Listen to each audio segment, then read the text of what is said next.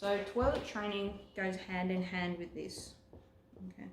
Now, if I was a 4-year-old, oops, that was a T, but E, that's a bit weird. If I was a 4-year-old and I said, Mum, what is toilet training?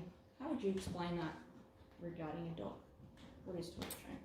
It's teaching the dog where he can go to a toilet, where it's okay to go to the toilet and where it's not okay to go. Essentially. The problem that most people struggle with this one is an invisible principle that they don't know, which is called generalization. So generalization means this is a concept, but it can be applied in multiple situations that don't look the same, or areas. Dogs are not, they don't generalize as easy as we do. Okay. So if I teach you how to drive a manual car, you should be able to ride most manual cars. Where you're going to struggle is if it goes from a car to an 18-wheeler truck. Okay. Principles are still the same, it's just harder. And dogs are like that. Okay. So what happens is, if you think from the dog's perspective, one, this is why this is designed this way. We don't poop and pee where we eat and sleep and play, because it's a natural thing. If we sleep near where we poop, there's going to be flies and all sorts of stuff. Like, why would you do that? You won't.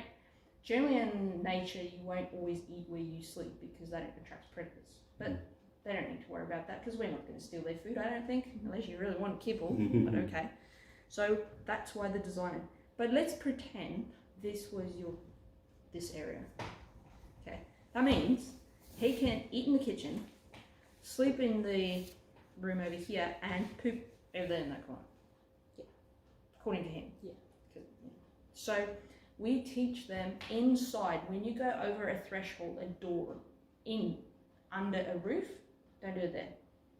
Okay, that's kind of what we do. Okay. That's why some people will say, when you've got a house, you give them access to a room until they're toilet trained, and then another room, and then toilet trained, and then another room, and another room. Most people go, there's the house. Yeah. Yeah. Okay, does that make sense? Yeah. So that's one. Two, texture matters. If you train with a toilet pad, carpets are in danger in the future because it feels the same. Yeah. I just met a client yesterday that did that. So they moved to an apartment, just carpet, and they go, I don't understand. She never used to. Yes, you had toilet pad tile, makes a difference. Oh, it feels like a toilet pad will be here. I know it's different because where else am I going to go? Okay, that's the other one. The last one is in your presence and out of your presence.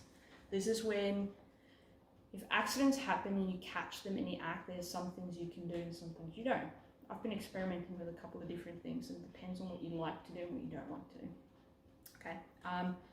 They realise outside that for some reason we're happy to watch them pee and poop, but not in here. But what they don't realise is they don't understand it's the location that's the problem. Okay, unless you explain it to them. So what we do with toilet training is, the formula is simple. Whatever their age is, so the age in months, +1. You need to give them an opportunity. So for him, he's 8 weeks old. Until he's 3 months, he needs every 3 hours a toilet opportunity. Yeah. Okay. If you're not here, he goes in there. Yep. Because then he goes, I need to pee. Yep. Okay. The other thing that you can use with it is after sleeping, playing, and eating. Except, this is what other people tell me, right? I have, in my own little thing, decided, nah. Because I play after they pee. Because then they're empty. So I don't use treats for pee. I use play and interaction. Okay. So every 3 hours for now. If he's 3 months old, every 4, 5 months old, every 6. My dogs, I generally give them every 6 hours at least, unless you're working. Okay. They'll be toilet trained. Yeah. Okay. Hopefully. You got to get to know how his bladder works. Okay. I had a puppy that was 3 months old. Couldn't hold it for more than 2 hours. Why? I don't know. It's just the way he is. I know a toy poodle who can hold it for 7 when he was 2.5 months old. Why? I don't know. Will I do that? No, because I don't want to. A dog that can hold it up, a puppy, longer than what we think, I don't do it that way because I don't want to create urinary tract infections. Okay, so that's important. So it's simple. First thing in the morning when you wake up, you take them. Before you go to bed, you take them. Okay. during the night.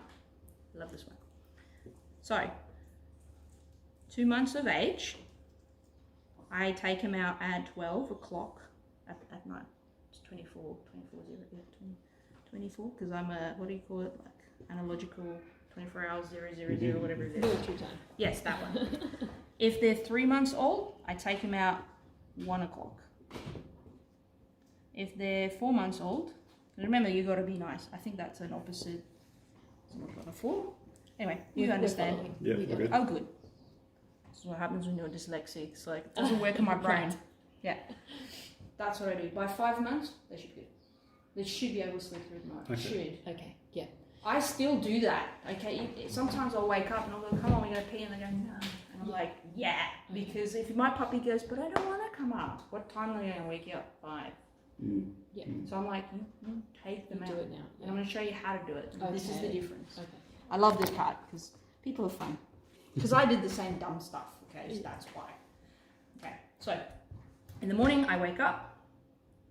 Yeah, I take my leash and my harness. I like my harnesses in the beginning. I put the harness, like I pick my puppy up as I'm walking. I'm putting on the harness and the leash, Yeah. and you got to shake him a little bit. Now I don't mean shake as in shaken, not stirred, like.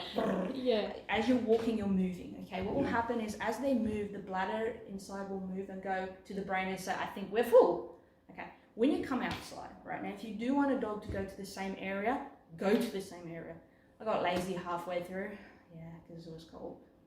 Now my dog doesn't pee in the same area where I wanted her to go. Oops.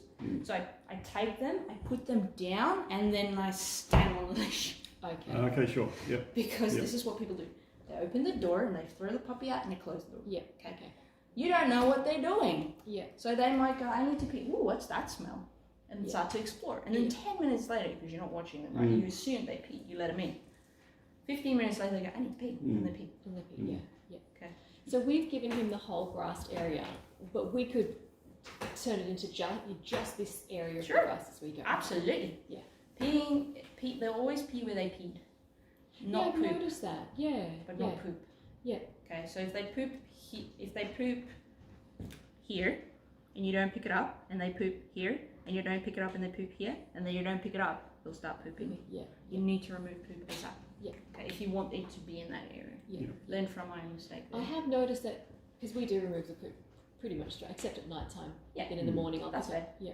And then he will go to. He's got 2 poop spots. He's got one end of the chair, but maybe we'll confine it just to the skinny area. Well, if you take them every single time to that, Same spot. And Stand peg on him. the and you do that for the first 5 months, the next 15 years, easy.